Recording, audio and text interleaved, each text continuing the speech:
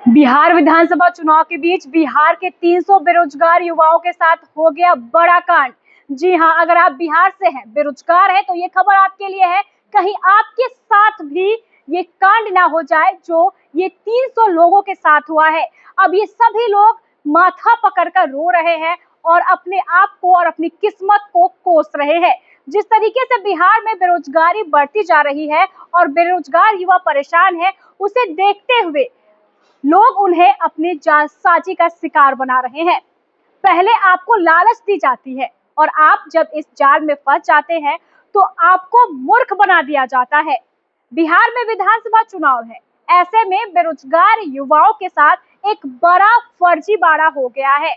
अगर आप भी इस फर्जीवाड़े के बारे में जानना चाहते हैं और बचना चाहते हैं इस तरीके के फर्जीवाड़े से, तो आपको सावधान और सतर्क रहने की जरूरत है। इन 300 बेरोजगार युवाओं के साथ जो हुआ है, कहीं आपके साथ भी ये ना हो जाए, इसके लिए इस खबर को पूरा जरूर देखिए और सतर्क रहिए। नमस्कार, आप देख रहे हैं फर्स्ट बिहार झारखंड और मैं हूं आपके साथ मोना तिवारी। बिहार विधानसभा चुनाव का माहौल है, ऐसे में बिहार के 300 बेरोजगार युवकों के साथ बड़ा स्कैम हो गया है, बड़ा फ्रॉड हो गया है, या यूं कह लें कि इनके साथ बड़ा कांड हो गया है तो ज्यादा सही होगा। लालच दी गई नौकरी दिलाने की, विदेशों में नौकरी दिलाने की, लेकिन हुआ क्या? करोड़ों की ठगी। जी हाँ, 300 युवाओं को शिकार बना लिया गया और उनसे करोड़ों की ठगी कर ली गई। अगर आप भी इस शिकंजे में नहीं फंसना चाहते हैं तो आपको ये जानना बेहद जरूरी है कि किस तरीके से विश्वास में लेकर आजकल फ्रॉड आपकी जिंदगी के साथ खेल रहे हैं। बिहार के बेरोजगार युवाओं के लिए ये जानना बेहद जरूरी है कि किसी भी प्रकार के फ्रॉड में फंसने से पहले आप पूरी जानकारी अवश्य ले लें। कहीं आपके साथ भी वही ना हो जाए जो इन 300 बेरोजगार युवकों के साथ हुआ है। सपने दिखाए गए विदेशों में नौकरी दिलाने के और इनसे हो गई ठगी। बिहार में फ्रॉड लगातार बढ़ता जा रहा है, तरह तरह से युवाओं को ठगने का काम किया जा रहा है। ऐसे में ये जानना बेहद जरूरी है कि अगर आप सतर्क नहीं रहे, सावधान नहीं रहे, तो आपको भी लाखों का या यूं कह ले करोड़ों का चूना लग सकता है, तो ज्यादा सही होगा। आज ऐसे ही एक खबर के बारे में हम आपको बताने जा रहे हैं जिसमें बिहार के युवाओं के साथ फ्रॉड हुआ है। बिहार में साइबर फ्रॉड का ये एक सबसे बड़ा मामला सामने आया है। इसे देखकर पुलिस भी दंग रह गई। दरअसल मुजफ्फरपुर शहर में युवाओं के साथ बड़े पैमाने पर फर्जीवाड़े का मामला सामने आया है। विदेश भेजकर नौकरी दिलाने के नाम पर बेरोजगार युवकों से करोड़ों रुपए ठगे गए हैं।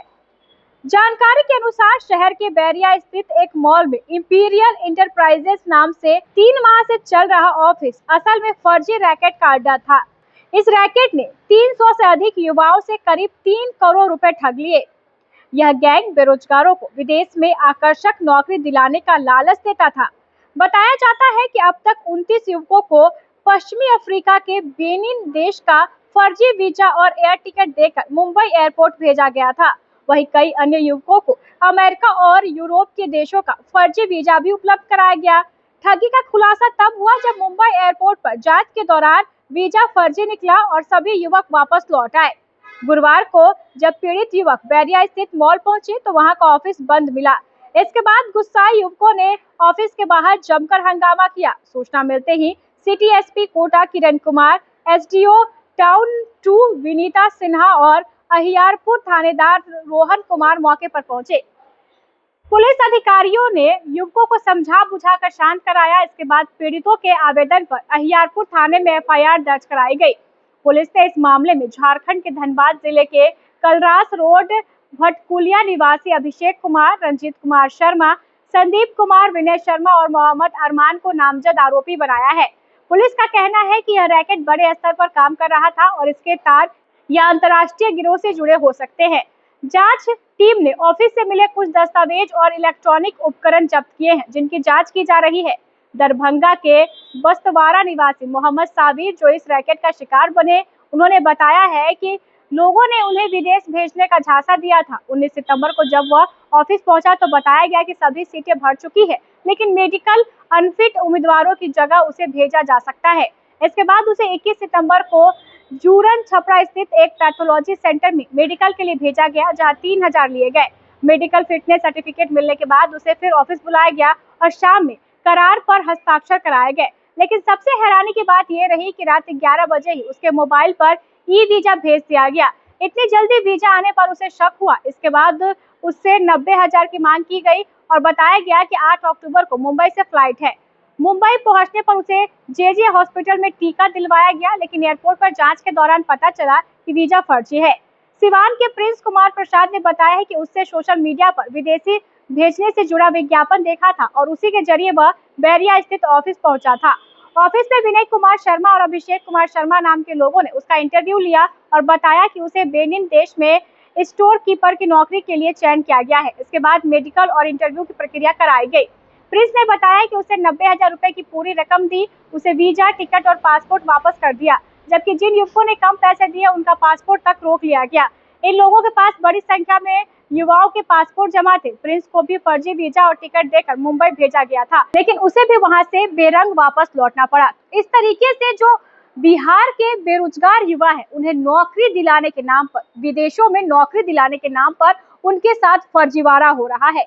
तो अगर आपके साथ भी कुछ ऐसा हो रहा हो तो आप सावधान हो जाइए और ऐसे लोगों की शिकायत पुलिस में करिए, क्योंकि ये लोग जालसाज है, फर्जीवाड़ा कर रहे हैं और युवकों को ठगने का काम कर रहे हैं।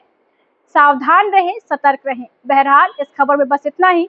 आगे की खबरों को जानने के लिए आप देखते रहें फर्स्ट बिहार झारखंड। जन्मजात समस्याएं नवजात शिशु और छोटे बच्चों में बहुत आम है। नेताजी सुभाष मेडिकल कॉलेज एवं हॉस्पिटल इन समस्याओं के निदान में अहम भूमिका निभा रहा है। बाल रोग विशेषज्ञ के द्वारा लेप्रोस्कोपी के साथ सभी प्रकार की सर्जरी की सुविधा। NSMCH, अम्हारा, बिहटा, पटना।